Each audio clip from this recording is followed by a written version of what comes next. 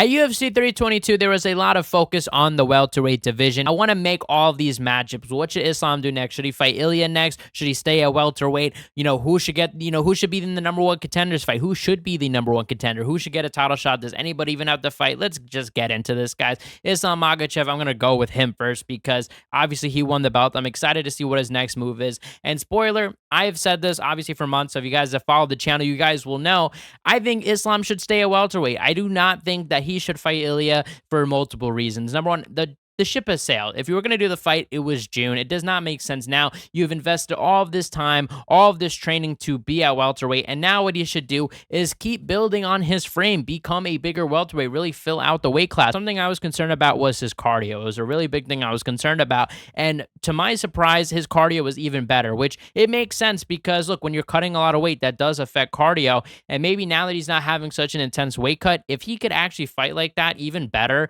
for 5 rounds, I think he's going to be even better at welterweight. 1000%. He should stay out there. It doesn't make sense, and it really does not make sense, obviously, for Ilya to move up. Like, that literally makes no sense. So who should get the next title shot? It should be, in my opinion, I know this is going to be a hot take, but bear with me, given where everybody is, I think it makes the most sense, and what the UFC, judging from what's realistic from the UFC, I think it's going to be Islam Makhachev versus Kamaru Usman, okay? Now, there's a lot of reasons. First of all, it helps because Islam Makhachev's manager is the same manager of Kamaru Usman, so he has an interest to make this fight. Kamaru Usman's coming off of a win against Joaquin Buckley. He's considered one of the greatest welterweights of all time. We actually recently saw Dana White himself come out to praise Kamaru Usman, so maybe this is something they're talking about behind the scenes, something that they want to build up, and it is an easy fight to promote. First of all, a lot of people know Kamaru Usman. A lot of people respect Kamaru's name, and he's also headlined so many pay-per-views. He's headlined, MSG, some of the biggest cards in UFC has had. He's a notable name, let's be honest, and having, to market Islam Makhachev, the now welterweight champion, maybe the greatest of all time, against the potential GOAT or the GOAT of that division, it kind of, actually, if you think about it like this,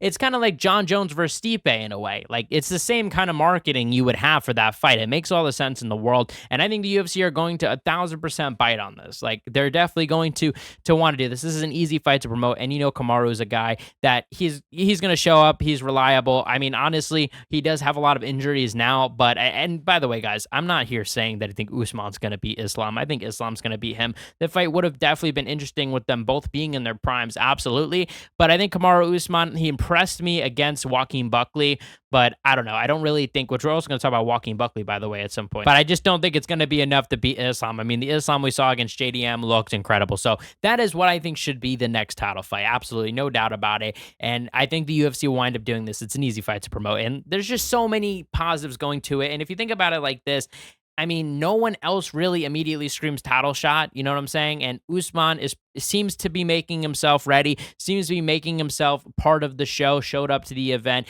did a little Q&A for UFC 322. So I think we'll see eventually. But Usman getting a title shot would mean he's just going to walk right in, which means a lot of these welterweights are going to have a lot of stuff to do, because I saw Islam say he wants to return, but typically we don't really see him make a fast turnaround. And we know Ramadan is also around the corner. So he probably, I think he's going to return maybe around June, maybe May at best, maybe July, because I don't think he will headline the White House card. I just don't think there's an opponent that makes sense unless we're talking Ilya.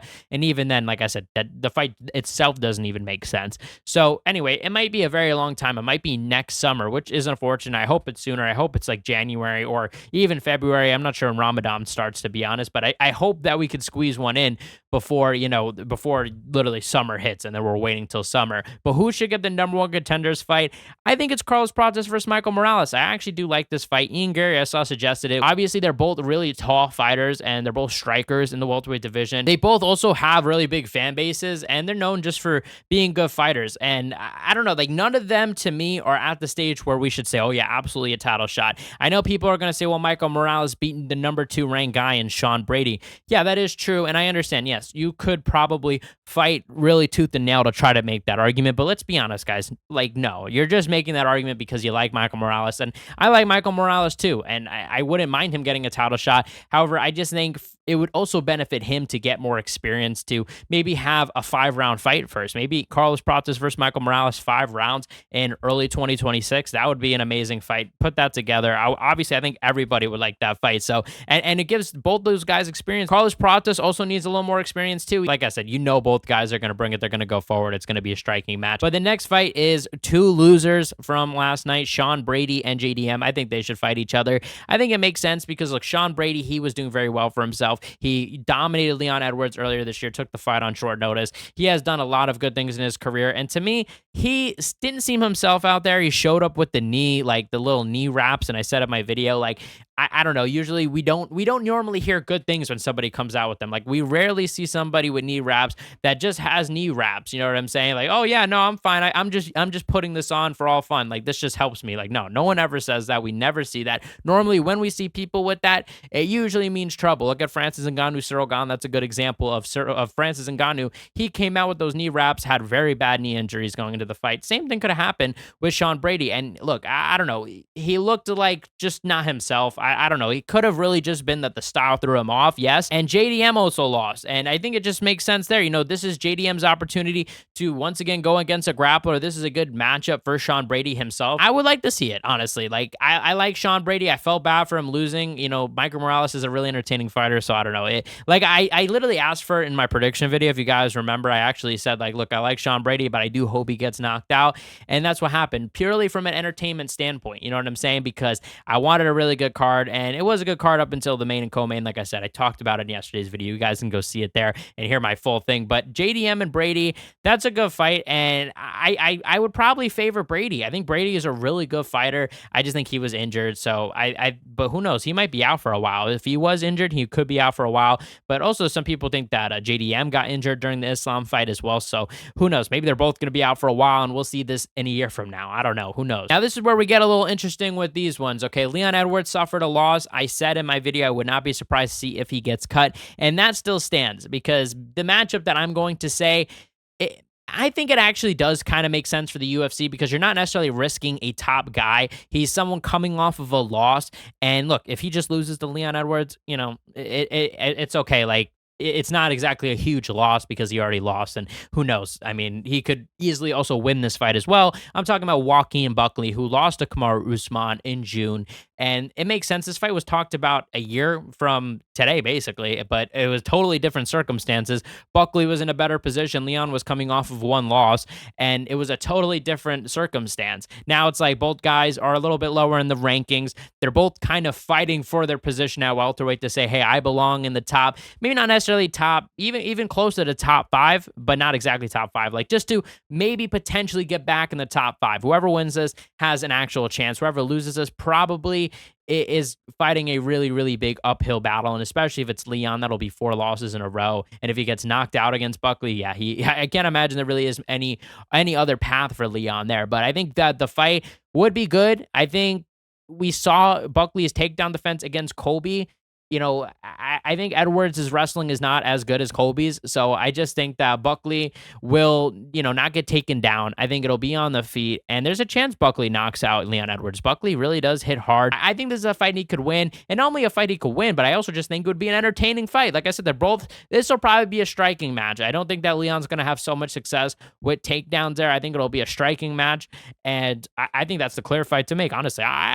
This might be one of my favorite fights that we ranked today, honestly. Now, for this last matchup, it involves a guy that we haven't heard from for a while that could totally shake up the welterweight division. I'm talking about Shavkat Rakhmonov. And look, he is a very interesting matchup for Islam. I gotta say, like, he is extremely big. He's tall. He's just a well-rounded all the way around. And I don't know. I would be curious to see who would win that fight. I think that would have a lot of, a lot of different fan bases going at each other there. He is definitely not going to get a title shot next. He needs to fight somebody else. I think he should fight the winner of the matchup going on next weekend between Ian Gary and Belal Muhammad. I'm kind of leaning towards Ian Gary, but I don't know. I'm going back and forth because I don't know. I don't think Belal is as washed as we all think. I think he just didn't look so good against Della Maddalena. I don't know. Maybe he just had a bad night. I'm willing to say maybe he could beat Ian Gary.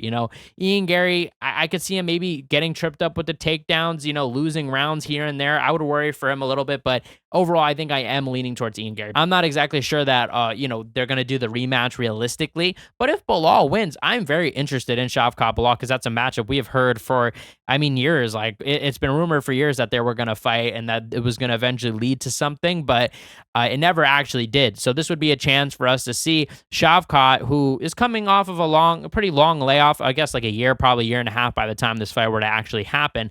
But he's coming off of a long layoff. This is a chance for him to beat a former champion in Bilal, who, has looked pretty good in his fights. You know what I mean? He did beat Leon pretty well, and he had a very long win streak. So it would be an impressive name to beat, and especially if he beats Ian Gary, who knows? Bilal could have even more hype. And for Bilal, this is a good matchup because you get to go up against the undefeated guy. If you beat him, your name's kind of back up there with title contention because you'll have 2 wins in a row against 2. I guess Ian Gary's not undefeated anymore, but he's pretty much undefeated. Like, he has 1 loss, and it was against a split decision against Shavkat. So it would be extremely impressive if Bilal can get that done, and I think he could actually get a title shot after that. So it would work out for Bilal, work out for fans, work out, because I think Bilal versus Shavkat is actually, I think fans would like that. I don't think anybody else really wants to see Bilal fight anyone else. Does anybody want to see Bilal versus Brady too? Does anyone want to see Bilal versus Prates? No. Hell no, we do not want to see that. I guess you could also do Bilal versus Buckley. That's not a terrible matchup. There is a lot of interesting things to do in the welterweight division. And, it's crazy. Like, Colby is still in the top 15. Like, Colby is just a distant memory. Like, bro is falling off so hard. And there's just, like, the welterweight division has completely moved on. Like, we are now in a new age of the welterweight division, and I love it. There's so many talented fighters. I love, like I said, the Carlos Prates and Michael Morales fight. That's going to be a dope fight if it does happen. I think it'll probably happen next, to be honest. And let me know, guys, what other matchups should be made. Do you guys think that Ilya versus Islam should be happening? I don't think it should be happening. What fight should happen at welterweight next? You guys, the best fan base in MMA. Check out my last video reacting to UFC 322, and I'll see you guys in the next one. Peace out.